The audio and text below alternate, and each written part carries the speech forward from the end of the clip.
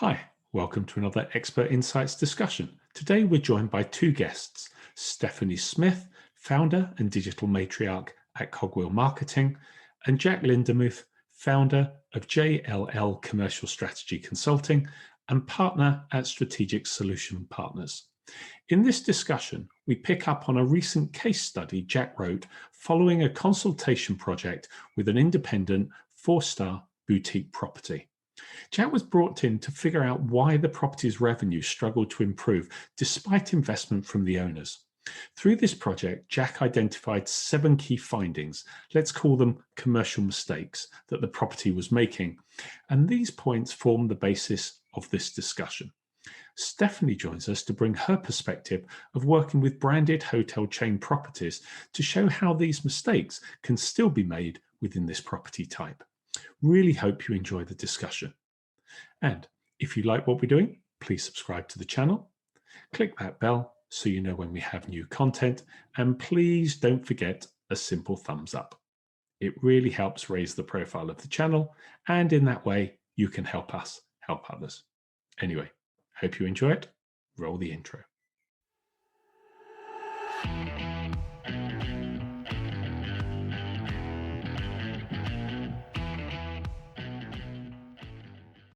Hi both, thanks for joining us today. Hope you are both well. Stephanie, how are you? You good?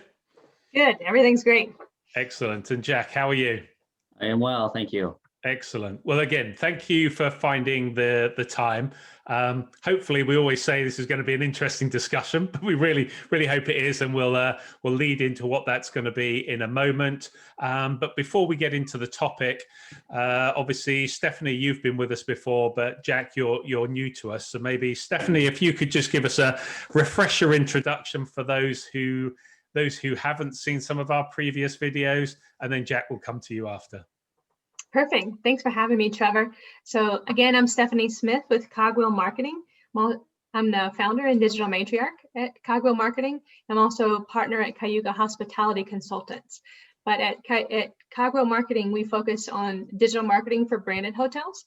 So really understanding the ecosphere and proprietary systems of Marriott, Hilton, and IHG, and then being able to couple that with additional systems and strategies of third-party platforms to help individual hotels, management companies, and ownership groups with their performance. Perfect. Thank you. And Jack, if I could pass over to you. Yeah, good morning, Trevor. Thanks for having me. My name is Jack Lindemuth, and I'm the founder of JLL Commercial Strategy Consulting, also a strategic partner with Strategic Solution Partners as well. But I specialize in maximizing total revenues as well as profits, specifically in independent luxury and lifestyle hotels and resorts. And Strategic Solution Partners is a premier consulting division for the industry, but as well in the task force area too. Perfect. Thank you both. And that links us nicely in why we have you on here, Jack. As you indicated there, looking at independent properties. A lot of the time you're working with them and identified, and you said around that revenue optimization, looking at total revenue, and the particular what sparked the desire to get you guys together was based around a case study. Now, we're not referencing specifically who the hotel was, and we're not using that case study as a test case. It was more that what struck me when I read it was that you identified, going into this hotel, 7 key areas where they probably weren't where they needed to be at any time, and certainly probably not coming out as we come out of this pandemic. And so we thought it would be useful to maybe not only look at what are those 7 areas that you identified, but then dig a bit behind it and think, what are things that we could be doing differently? And I think why we wanted to get Stephanie involved in this as well is because Jack's focus, as you said, is very much around the independents. Stephanie, you spend a lot of time working with brands, and it's looking at where that crossover can be in some of these aspects. So enough of the introduction. Let's kind of kick it off. So the first point that you identified, and I'm going to be reading from notes here, so if you see my eyes move around, forgive me. So the first point you identified was untapped revenue generating partnerships and distribution.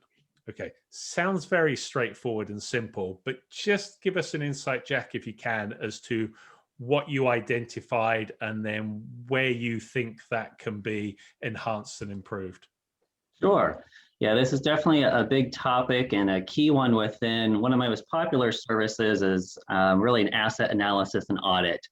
And, at this point, I always approach it with an elevated, holistic, and creative approach, especially, this needs to be taken at independent properties because they don't have the red tape the big brands do. Look at all levels of partnerships available with your OTAs, your consortias, your wholesalers, C-Event partnership in the group and event side, your CRS platform plays into this. And there's also, I'll talk a little bit more on in a minute, is specialty third party, guest room, short-term rental, and event relationships, right? There's a whole plethora and you don't have that red tape there. And also, you don't want to forget about your local CVB, right? Tourism partnership opportunities, as those can be great ways, especially for exposure on the leisure side, especially in this environment today. Yeah, good. But specializing in independent luxury and lifestyle hotels and resorts, as I do, an example of a few niche partners out there, it's going to be, for example, Mr. and Mrs. Smith, Tablet Hotels, VacayU, right? The short-term rental or alternative accommodation sector, it's been exploding, right? We've seen so many reports, hard stats and performance metrics, and a hot topic, Airbnb, right? Sonder, IPO, it's a very exciting and interesting space, but it's a space that I strongly recommend for independent hotels that can play both sides to capitalize on it. For example, I had a client last summer in a leisure destination market. We put them on Airbnb. We spent quite a bit of time merchandising the property's offerings, curating that message, descriptions for the type of audience.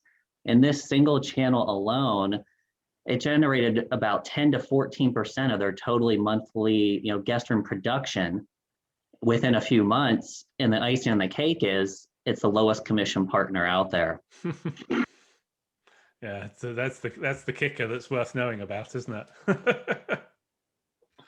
What do you think? And from Stephanie, from your point of view, from a branded point, I'll come back. I've got another question to ask you in a minute on that moment, Jack. But Stephanie, from your point of view, from a branded perspective. Yeah, so I think some of the same things apply. I know Jack mentioned maximizing your CVB. So this extends to your local CVB, but also looking at your state tourism site. So, I'm in Colorado, so you have your Visit Colorado, but you also have your local chambers and things like that. A lot of these areas are really focusing on their destination marketing campaigns. So trying to get, looking at as flights start to come back, where you can partner with your CVB and do destination marketing campaigns and kind of piggyback on what they're already doing. So that applies for one or the other, either independent or branded. But in the same vein, from a branded hotel standpoint, you want to be able to make sure, with the footprint that the big brands have, you want to make sure that you're maximizing that. So making sure if they're offering any brand specific promotions that you're taking advantage of those, loading those rate codes so that you can take advantage of their larger scale email marketing promotions that they're doing. Because as we all know, like if you're a Marriott hotel in any given market, there's a lot of other Marriotts you're competing with. So you have to make sure that even within your own brand that you stand out as an option and a place to stay. And I think the other point is the leisure destination packages. So leveraging those through your CVB, your state tourism website. It's sometimes we're looking at it more to leverage incremental exposure, even though the package may not be a huge production piece, but we're really trying to leverage that to get in front of that transient market that Jack was talking about that's actually traveling throughout the summer. No, that makes sense. And a question to kind of both of you. I don't sort of mind who answers first, but how do I phrase this? When I saw that heading, untapped revenue generating partnerships and distribution, it kind of surprised me that you still go into hotels and find that these things aren't being done. So I guess just a general comment, maybe a general observation. Are there barriers? Are there barriers outside of knowledge and understanding to actually achieving these things? Where is the friction? I think a lot of it has to do with their staffing and the hierarchy of how hotel teams and strategy teams are or built. I know that a lot of that's changing, especially due to COVID, but having the, if the GM was previously in charge of that strategy and all things went up through that way, that might, as an operations hat, that might not be the best strategy. I know Jack probably has something to add to that. Yeah, I definitely piggyback on Stephanie there. In the independent space, there's definitely some talent struggles and really infrastructure. I don't want to go down a rabbit hole on that whole evolution of commercial strategy and the silos. I feel it's sort of getting talked a little bit to death in the past several months. It deserves to. But another area, if I could, Trevor, in this topic to call out is for independent properties that have a true soft brand. I consistently come across, opportunities where they don't realize it takes a lot of work. You actually have to work that relationship. For example, Preferred Hotels and Resorts. I've worked with many properties, part of that group. Awesome group, so many resources, but many times there's the mindset of, once we're plugged in, we're just plugged in and it just happens. And there's a lot of work that goes into that. They have great marketing programs, promotional campaigns, their consortia and travel agency connections are significant, and group connections. You have to work those resources to ultimately get the ROI on that partnership and drive exposure and revenues for the asset. But I wanted to call out that soft brand piece because I think it's a misunderstanding for some pure independent partners that they think if they just tap into that, it's this automatic, the floodgates come in with revenues, and there's still a lot of work that goes into that. You just now have the platform and you have to work it. Yeah, I think that's a good point. And in a lot of ways, it's probably a similar approach to how people have with the OTAs. Once I plug myself in, I don't have to think about it, let the bookings come in. But as you say, there's a slightly different approach needed there. Exactly. Okay. Anything else on the revenue generating partnerships and distribution, or should we move to point 2? We done with one? Yeah. Okay. So the second point that you identified in this case study was overlooked mapping and connectivity issues throughout the distribution ecosystem. Okay. So apart from me making it sound like a mouthful, just to explain that, what does that actually mean? Jack, do you want to take that? Yeah, keeping that clean distribution system, it's another area. It takes experience and really understanding the nuances and the granular aspect of what's behind the scenes, right? What's under the hood. It's not as easy as many think. And, for example, one of the first things I do, I go in and do an analysis of all room types, availability, their rates, their descriptions, property information across all partnerships, including the GDS, which is scary to many, rightfully so. It was scary to me years ago. That's another world. But this sounds so basic, right? But I'm still surprised at how many properties I go into, and you find multiple room types that haven't been mapped or connected for months, or possibly even longer, or there's connectivity issues, parity issues because of a mapping piece. Wow. And it's all equating, of course, to lost revenues. And it's tedious, but another reason I'm calling this out is I specialize in, luxury lifestyle independent properties, and most of those, they're carrying 15 plus room types or specialty residences.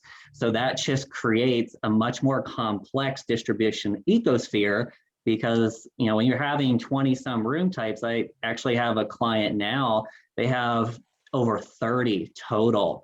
And the complexity on setting all of that up, it's a lot. So it's easy for a connectivity. It's like, I always explain, I think the easiest way, it's like having a race car. It's constant maintenance and you have to keep it primed. And the GDS piece, I mentioned that a second ago to a little bit deeper.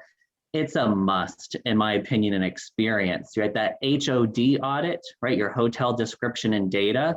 It's very granular, but it's critical to get that report, spend the time and truly go through and comb not just your regular property information, but also we're selling experiences in these upper upscale luxury lifestyle properties. It's not a commodity of just a basic room. So you want to lean into that and communicate that message the best you can that the system capabilities and character limitations will allow, not only in GDS, but through all your other partnerships, the OTAs, direct, et cetera. So it's a big piece that it's not glamorous, right? Many find it, very tedious and time consuming, but you really need to understand that distribution environment, because if it's not on point, it quickly relates to lost revenue. No, that makes sense. And I guess from a branding point then, Stephanie, all of that point is irrelevant, because they must be all on point with all of the information and everything buttoned up and sorted. I know I'm laughing, and you and I have spoken about this. I mean, it is a misconception. A lot of people, a lot of owners, management companies think, oh, the brand's going to take care of that. The brand's going to, they do a lot of the heavy lifting with the mapping. I'm not going to not going to discount that. Every time I dabble in the independent space, I realized why I focus on brands. But, we actually recommend to our hotels as well to do your own HOD audits as well with the brands, because there's hundreds of fields in the back end CMS, whether it's PIM, whether it's Epic, that most hotels probably haven't looked at since pre-opening, and that could have been easily 10 years ago. So being able to take a fresh look at how it's distributed to the GDS is a great point. I think the other component is the content and imagery component. So no matter what type of hotel you are, the imagery and the storytelling piece of that, and how that's distributed to not only through your own website, but through your third-party channels is a big deal. So a lot of the big brands are going to use Yaxter, VFM, Leonardo, something like that to do the mass distribution. But then you still have to worry about your tagging and how you're associating each images with each specific room type.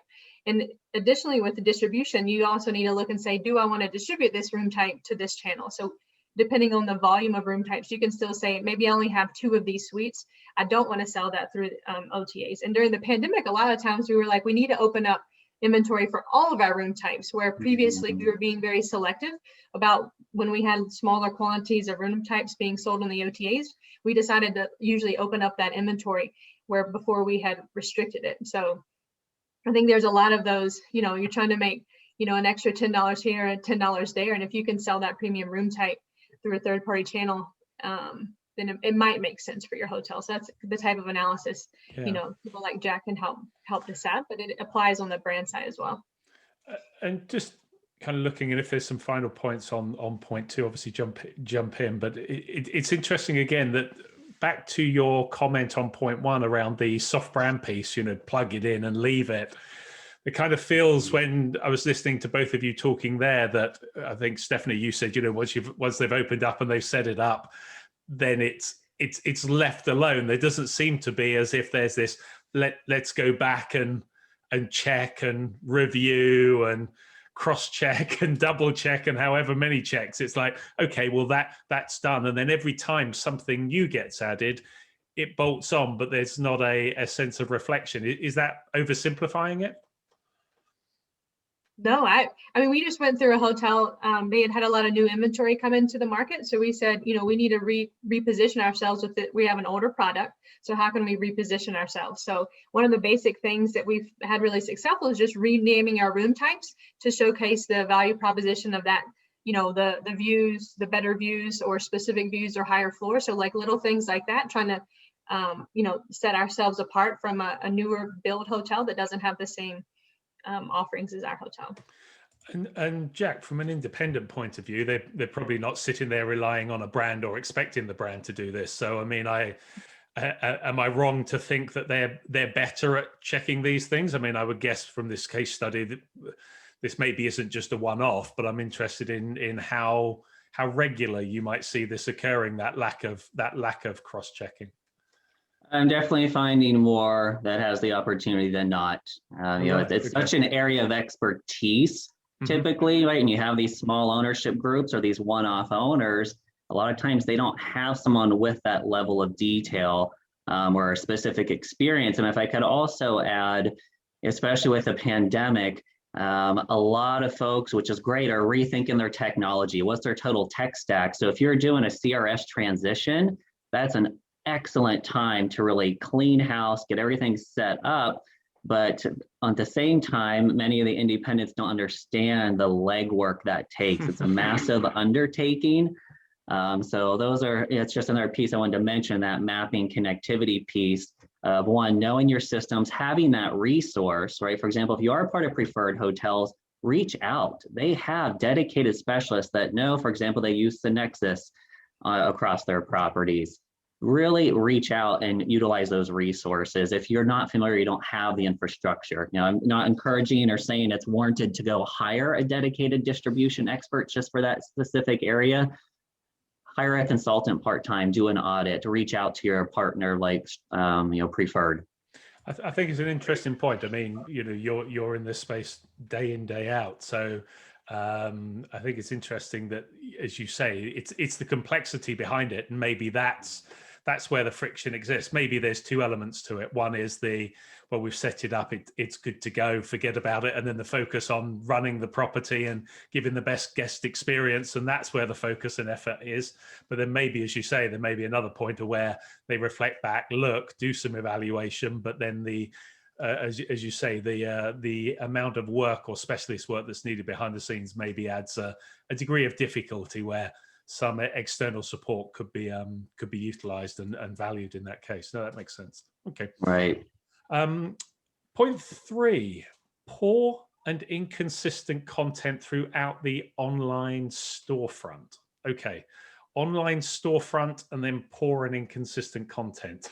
Who wants to take this one first? Stephanie, can you jump in on that one first, and then I'll pick up with you, Jack, second on this. Yeah, I think it's I believe strongly in a book direct strategy, obviously for your own website, but I think you need to be not only visible, but also accurate across whatever channel someone might come across your hotel. So they're always going to cross-reference. I think the new stat is people check 24 sites before they actually decide to make that conversion. Wow. So, you know, within the branded ecosphere, a lot of the big brands use Yext as a back-end platform that have an API with like top 40 sites from Google My Business, TripAdvisor, Foursquare, those type things. But I find that the systems don't always talk the same language. So going through and auditing, especially Google My Business, if you don't have time to audit Yelp or Bing Maps or Apple Maps, some of the important but maybe not as well used, I mean, at least get access to your own Google My Business account, making sure that your amenities are accurate. They're always changing the offerings in terms of how, you know, throughout COVID, they were offering different, you know, COVID-19 responder policies. They're always updating their safety and cleanliness guidelines so that when somebody does search for your hotel in the right-hand panel where your knowledge graph shows up, at least everything there is accurate in a snapshot. You know, and then utilizing the review component there is another thing. But, you know, those local listings are pretty important to your consistency of content and imagery in your online storefront, as part of your online storefront. And Jack, from your perspective, what do you see? I mean, it sounds to me as if that would apply to a brand or independent property, but there are other elements to that. Right. On this topic, Trevor, I would say a big piece for me is parity isn't just for rates, right? You constantly hear rate parity. It's for content too. Mm-hmm. And, you know, content parity, quality across all the channels, especially local, like Stephanie was just saying, it's another consistent area of opportunity I find within audits.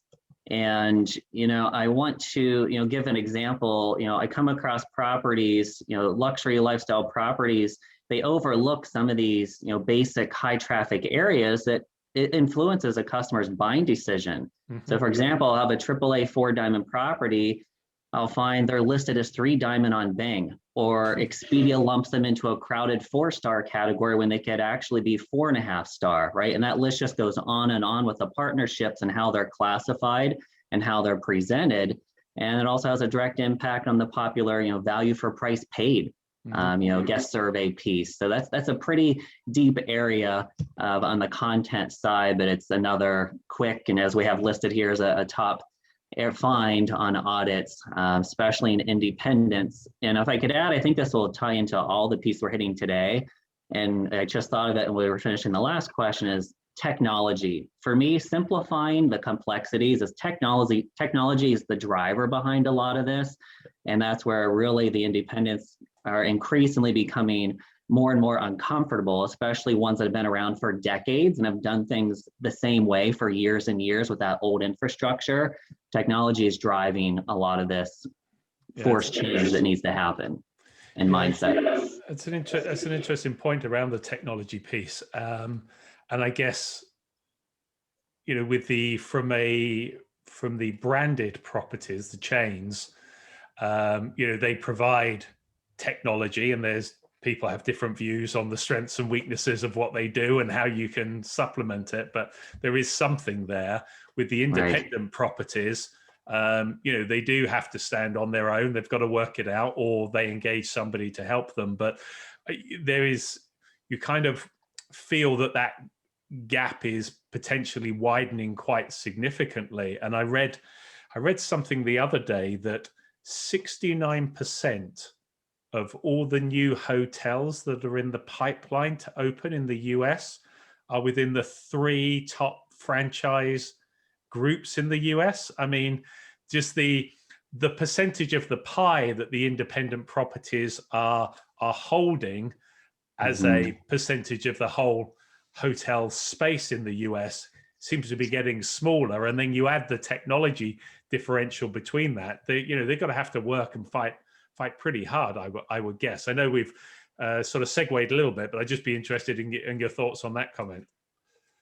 I've definitely seen a lot of transition to use the soft brands within the big brands, you know, so whether that's Autograph or Tribute, or, you know, kind of keeping that independent feel, but you leveraging the technology of the brands, their bigger, you know, their distribution platform, their loyalty platforms.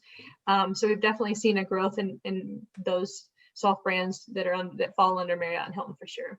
I got you. And Jack?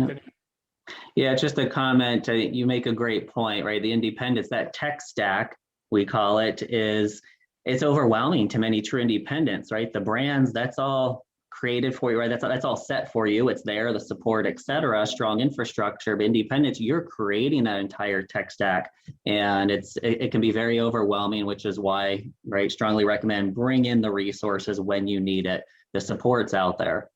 Yeah, that's a good point.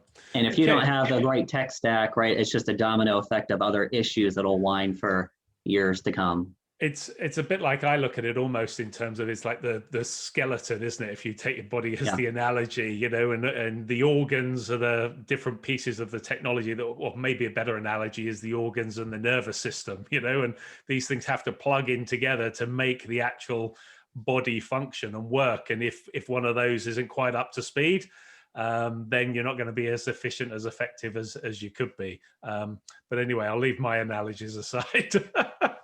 Okay, point 4 that you identified was several key benchmarks and KPIs within marketing and revenue were lacking. So if you want to pick that one up, Jack, that's an interesting point, particularly from an independent here, where maybe they're using some standard KPIs, or maybe defining their own KPIs. But what did you notice? Right. Yeah, this is a meaty topic. I think could have its own session alone. So I'll try to carve it down to just a few items. But, you know, recalibrating, expanding comp sets, it's more popular than ever now, right? Given the various impacts the pandemic's had on the industry. But even before COVID, you know, there's a lot of education and, you know, learning opportunity out there for the independents of what is the best in class benchmarks out there, what software exists, you know, even with just STAR, right? Smith Travel Research that most are very familiar with. You know, I'll give example, I want to call out 2 specific STAR reports that I find several don't know exist, or they don't regularly factor them into their strategy, which I think is an opportunity. The one is the RPM report. That's the RevPAR positioning matrix. This is one of my favorites, especially for presentations to ownership groups, senior leadership, because while it's a simple visual that plots your performance on an XY axis, for ADR and occupancy, it translates well to most audiences. And it allows you to really tell the story, right? Because your regular STAR report, it'll tell you your index, it'll tell you your ranking amongst that set, but you have no idea what's that delta amongst the properties. Yeah, good point. Now, say you're ranked number 3 in OCC for a month, you don't know if number 4 is right on your tail, or are they notably trailing you? And on the flip side, you don't know how far ahead number 1 and number 2 is. And it's the same with ADR.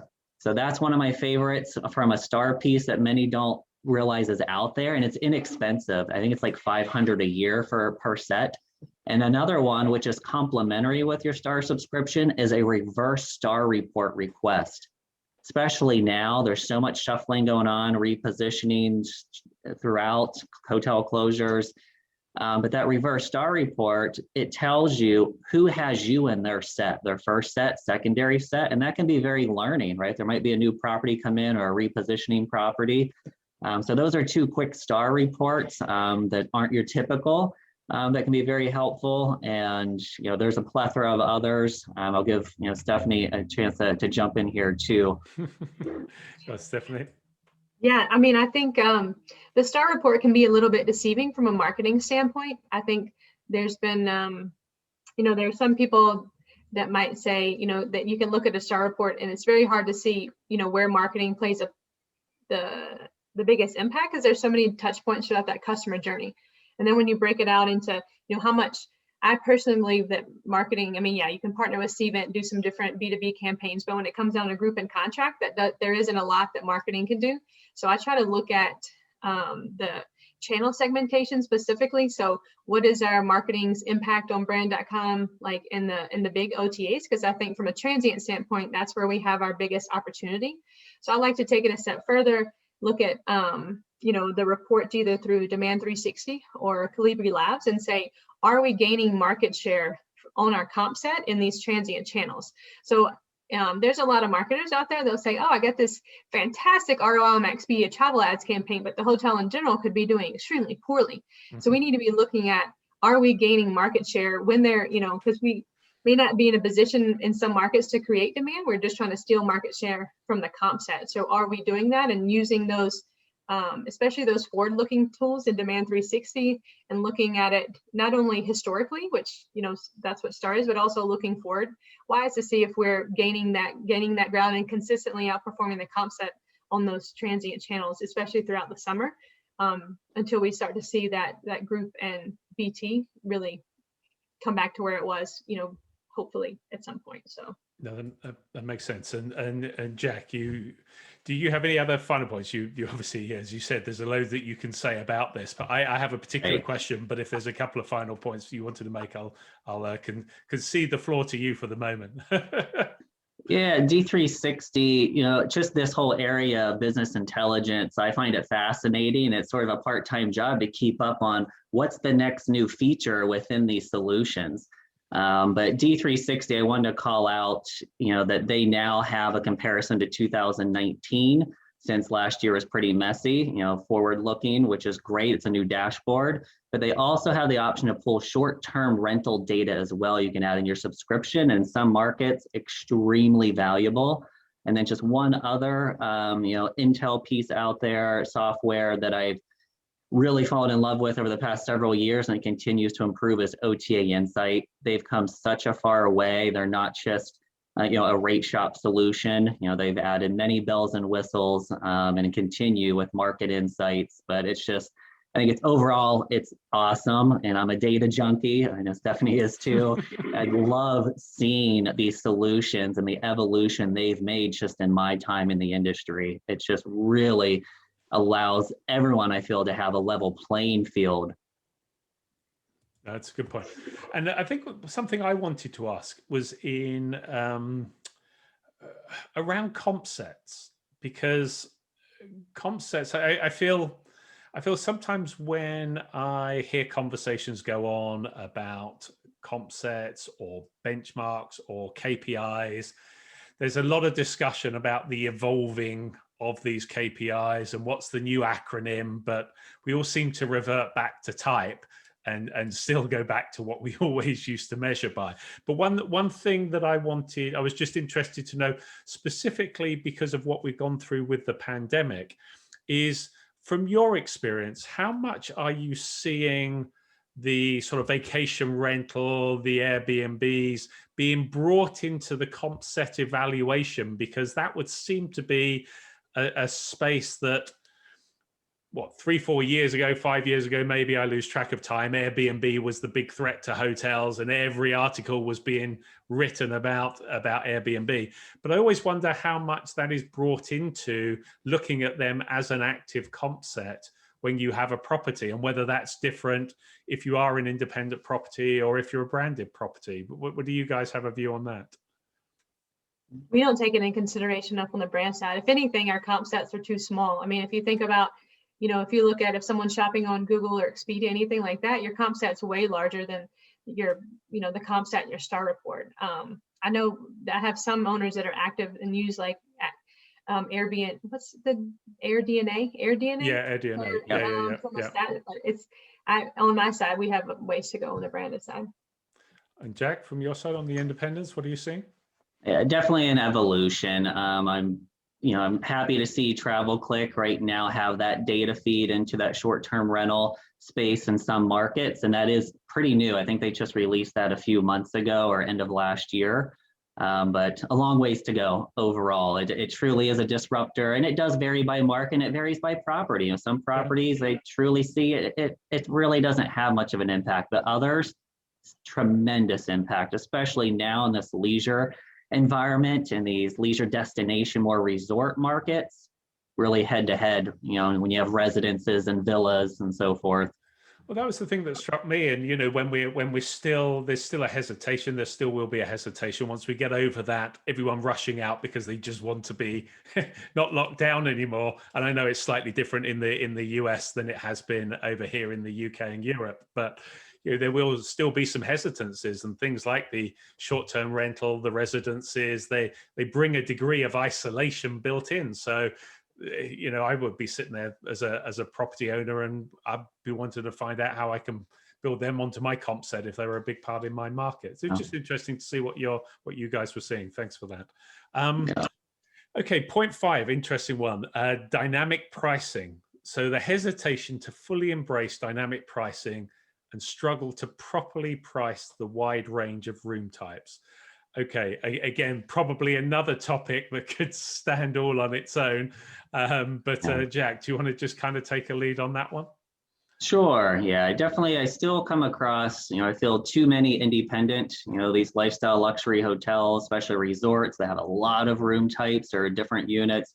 They're not utilizing really sophisticated dynamic pricing or a revenue management system, right? Machine learning, some technology efficiencies, and not understanding the value of that inventory that they've invested so much into. And, these are some really high value assets that literally still want to use sort of fixed pricing by season and day of week, a bit of a set it and forget it mindset. Mm-hmm. And they don't realize the value of that revenue management system. And, that's another area of just, the RMS world. I'm very happy and interested to see how much it's grown just in my time in industry as well. Ideas, for example, has been the big dog in the independent space for years. Duetto came onto the scene 9-10 years ago. They've evolved greatly, has become a main competitor of Ideas and dominating that space. But now there's a few more new competitors coming onto the scene. Pace, Automize. I did demos with them earlier this year. It's impressive what they're coming up with. Many of the same solutions and bells and whistles that Ideas and Duetto have. But my main point is, right, with that increased competition, also there's a better fit. There's no longer, I feel, the excuse, no matter how small that independent is, that it's not worth the ROI, because there's these different solutions with different levels of services now too. It's not just, even 5-7 years ago, there's one service, you get the whole package. Now you can sort of a la carte with some of these guys. Duetto, for example, has a 3-way. Pace and Automize have some different options too. But there's a fit for pretty much any property out there today. And can't stress enough on just the efficiency, sophistication needed to really ultimately get the return on their asset and realize the potential of it. Yeah, it's a much underutilized piece of technology, really, isn't it? And what about? And I think, I was gonna say, from the brand standpoint, obviously they all have their standardized RMS platforms, but what we find quite often when you start trying to leverage, whether it's Hilton's Grow technology or whatnot, to let the system help dictate your rate strategy, is that we have crappy data. So, and I'm sure this is a problem on the independent side. So, whether it's, whatever is happening at the front desk, from rate overrides to how they handle walk-ins or call-ins, like that whole, the training aspect that's happening at an operations level really screws up our our AI and our decision making forward. So we end up doing manual, and that's what we're trying to get away from, right? Is stop all the manual. So even on the branded side, we still have those problems with just poor data, means poor. And then the systems have just during the pandemic, when we were having same day pickup of 100 rooms on Fridays or Saturdays in that short booking window, the systems just couldn't. It took a while for them to learn, so to speak. So we're still doing a lot of hair on fire, especially when it came to the weekends for a lot of our hotels. And I think that one of the tools I would recommend outside of what Trevor mentioned is leveraging Nora1. So although each brand has their own RMS platforms, you can layer on Nora1 to help either when you have some premium room types that you might not be getting your if you find yourself in a place where you're giving away all your premium room types to loyalty members and you're not getting that rate premium, you might want to look at leveraging something like Nora1, which kind of during that booking cycle forces that upgrade. And most of the brands do have that partnership. You just need to have, I wouldn't suggest it for smaller hotels. And again, you have to have those premium rate types that you're trying to get that premium ADR for. No, it makes sense. And I think, looking at that, the fact that the two words dynamic pricing was in the statement of the fifth point, by definition, if you don't have a piece of technology, you can't really be doing dynamic pricing. It's just not really feasible. So I think there would be a number of hotels, certainly on the independent space, I would guess, unless they had some form of RMS, and I don't know what the take up is of an RMS. That'd be a separate question I'll ask you in a moment. But if they don't have an RMS, then you're not going to see any dynamic pricing going on, I would guess anyway, would you? Some attempt it, but yeah, it's definitely not sophisticated as it should be. If I could add one more piece, Trevor, to this topic, I think a key misconception that I come across with the RMSs is sort of similar to that soft brand like Preferred I mentioned before. You don't just plug in and set it, forget it, and it does, right? There's still a lot of work to maintain and manage that system and teach it. And it does more than just pricing, right? It's doing group evaluations, helping with profitability, forecasting. There's several other layers to that system. Also the efficiency standpoint. Mm-hmm. No, it's a good point. Okay, point 6. And this is probably one that was relevant at any point in time, but probably more relevant now in our coming out of this pandemic situation. And that is rigid hotel policies, rigid hotel policies. So who wants to take this one on? Go on, Jack. I'll kick it off there. I think this one's a little bit shorter, and but I guess the point I want to make on this, it's so critical for hotels and resorts to understand it's not a one size fits all, right? And speaking to any deposit policies, cancellation policies, and make sure they truly work for that type of property. It could be market driven, and also the current travel environment such as COVID, right? We all know that's a constant change and restrictions out there. But in some cases, I see properties being too rigid. In the deposit piece, for example, right? They're leaving money on the table for improved cash flow because they're not taking deposits, for example, on special events or a high season, and the market will bear it. Mm-hmm. Another item that can fit in this topic are the infamous resort fees, urban fees, experience fees, right? The creative labels. I can't stress enough, that could be a whole nother topic, but I've done a lot of research in these. Notable experience with it and experimentation. I actually did a thesis defense on it in 2017. But the part I want to stress on this is if you have a resort, urban or experience fee, you must ensure transparency during the booking journey and reservation process and have a great value proposition. Those are the two key pieces I wanted to stress on any resort fees or urban fees, whatever they're called. Yeah, no. But just be cognizant. It's another don't set it and forget it.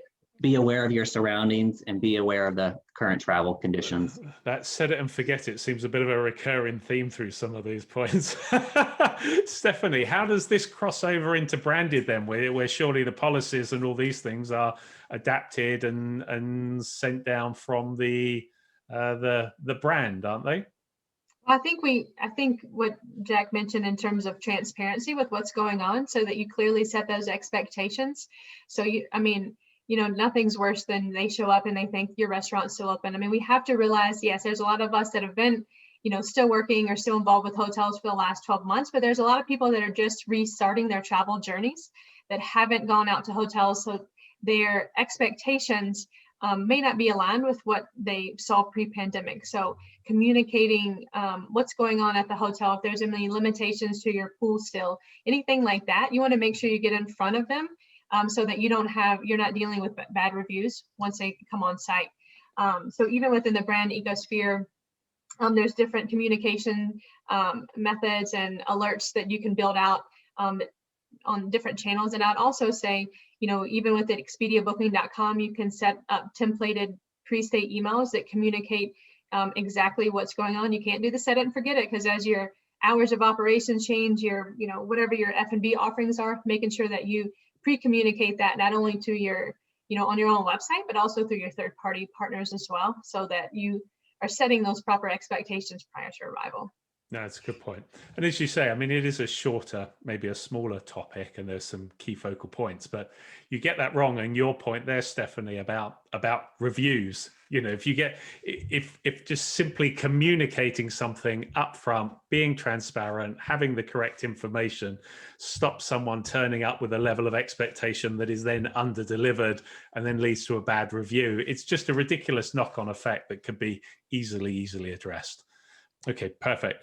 And the final one, and this is like a personal bugbear, and it drives me absolutely bonkers, particularly when we read and hear so much about the whole, direct booking, drive your direct booking strategy.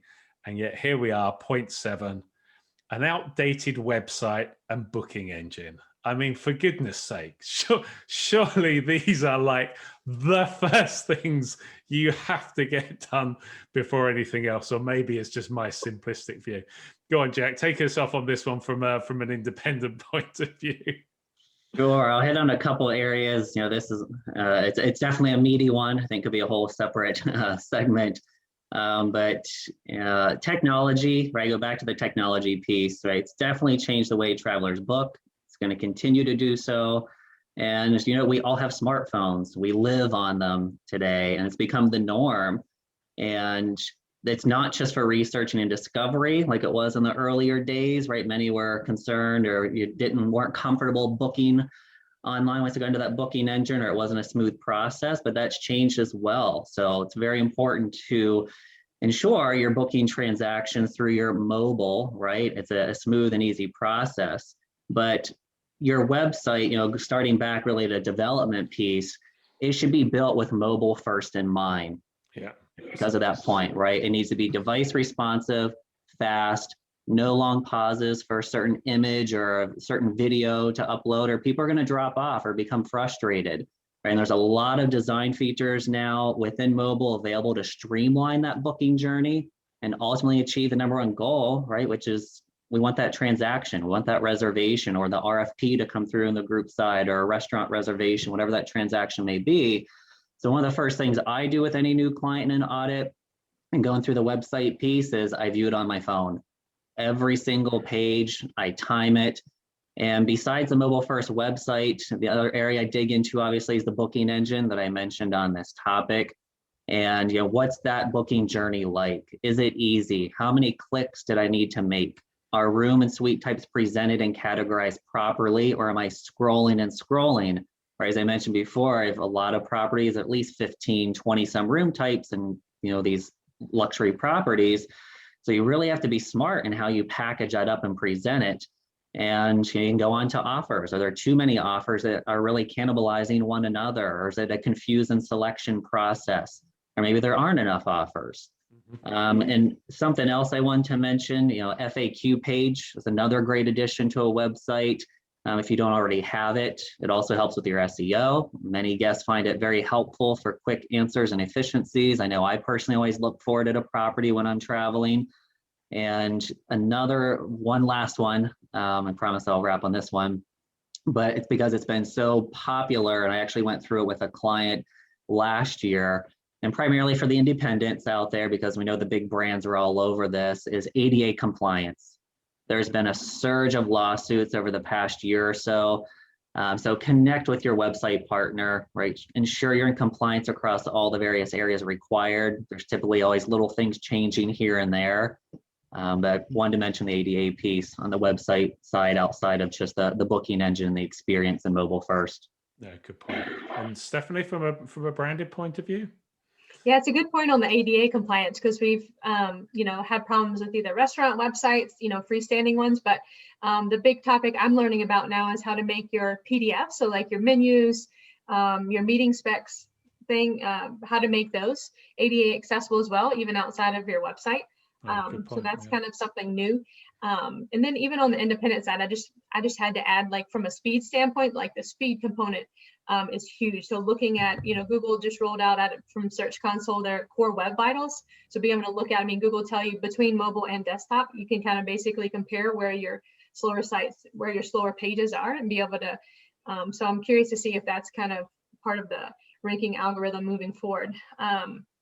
But I think the other component that I want to focus on, I feel like you can have the best website in the world, you can have the best booking engine in the world, but the reviews component across your channels is just really huge. We've seen a lot of hotels struggle in that space due to the pandemic, either due to, like I said, the poor communication standpoint, short staff that, didn't set expectations properly. There's a lot of different reasons for that, but I really have to heavily emphasize how much you can have the best SEO in the world, and if your reviews are poor, you're going to have a disconnect with that conversion rate, and you're going to have people, you may be getting the ads, but in the end, you may not see the conversion rate. So really focusing on that component is still pretty important. Yeah, good points. And I think what's interesting is, and this, it's fascinating how many discussions we have our side and website, even if not down to the booking engine part, but just the discussion around the website. But I think I almost look at the two things as one. As a mainly leisure traveler, when we talk about competing, going direct. Well, if we're an independent, we're competing with branded properties, and we're competing with OTAs. To simplify this, if the process of making a booking is more complicated than either of those two, there's the moment there's friction, someone's off. Why, if we know that driving direct is what we want to do, and we know that the website is our shop window and the first way that people will engage with us, and then to have that, maybe the booking engine piece separately. Let's focus on the website at the moment. Why do we still see these clunky, outdated, just feeling really old, forgetting even just mobile first, just right. The site just doesn't feel modern anyway. What do we think the resistance is on those parts? It's a great question. In my experience, and like I said, I've definitely had multiple, in my consulting time, very small, individual owners, families typically, or a small group. I think the most common scenario, it's really education, Trevor, and getting them to understand the value proposition. I say, okay, well, to go do this full installation of a new CRS, or let's go create this, custom website. Yeah, it's going to cost $25,000. Just throw an estimate out there, all in. And then once I quantify, well, here's the impact short term and long term. And that's really where it's, it can be a lot of work, and at times it can be frustrating. It's like, it's convincing them, it's mapping it out, being persuasive, but it's so rewarding to get them to understand and to modernize their business, basically, right? Because it goes across the whole spectrum, from the website, booking engine, their software, business intelligence that's out there. But it's really, I think the easiest way is it's going back to education and getting them to understand technology is driving everything to change, and their property is not an exception. And Stephanie, from your point on the branded side, is there some correlation in there? I mean, I guess I have my own, you can kind of see which brands are taking opportunities, building out FAQ pages, like Jack mentioned, building out, leveraging schema and some of those other components. But a lot of that is, again, just going back and leveraging the tools. It's kind of leveraging the tools that are out there. I mean, there's different, each CMS has their own capabilities. And I just found that hotels go back to that set it, forget it. They build the content once, they don't build any extra offers. I asked when I first started working with the hotel, so when was the last time you read your website? Yeah. When was the last time you even looked at it from a guest experience? The only time they look at it is when they get a guest complaint and they said, oh, your website said this, and it's, and that's when they go and try to find the error. That's the only time they ever look at it. Yeah, no, I think it's a good point. Yeah. I think your point as well, Jack, there is around costs. I think there's a large perception that people think that, there's a huge cost to getting a website built. They can be expensive, but they don't have to be tens of thousands of pounds. There are a lot of providers out there nowadays that have, a website framework that can already be overlaid with content. They have a booking engine that you can interlace with that as well. There are providers out there that can do these things at a much more cost-effective approach, even if it's like just a stepping stone, really, isn't it? As long as you're ready to give up some functionality and customization, then but I think sometimes it's looking at it and thinking, well, either we stay as we are, or maybe we take a step, and then there could be a smaller investment to get you ready. But then, at least back to your point, Jack, you can look and say, oh, well, I'm missing this, I'm missing this, I'm missing this. But now you've identified what you need, and you can build a business case as to why it might be worth that extra level of sophistication. But at least update your site, at least look at it, at least bring it into the modern age, at least make it mobile first, at least have a decent booking engine as a stepping stone, and then move it forward. But as I said before we started this one, this is my biggest bugbear, so I'll move on from there. I'm very conscious of your time. I'm sure you guys have got other things that you need to dive into now, but that was, from my point of view, highly informative. I'm really glad we were able to get you on. Really glad you were able to put that case study together that enabled us to have this conversation. And thanks so much for sharing so much knowledge, so many insights, so many good tips. Thanks again for your time, guys. It's much appreciated. Thank you. Thank you. Take care. Bye. Well, I hope that conversation was of interest. And thanks again to Stephanie and Jack for joining us. I guess the discussion prompts some thoughts or questions. I mean, do any of these 7 commercial mistakes resonate with you?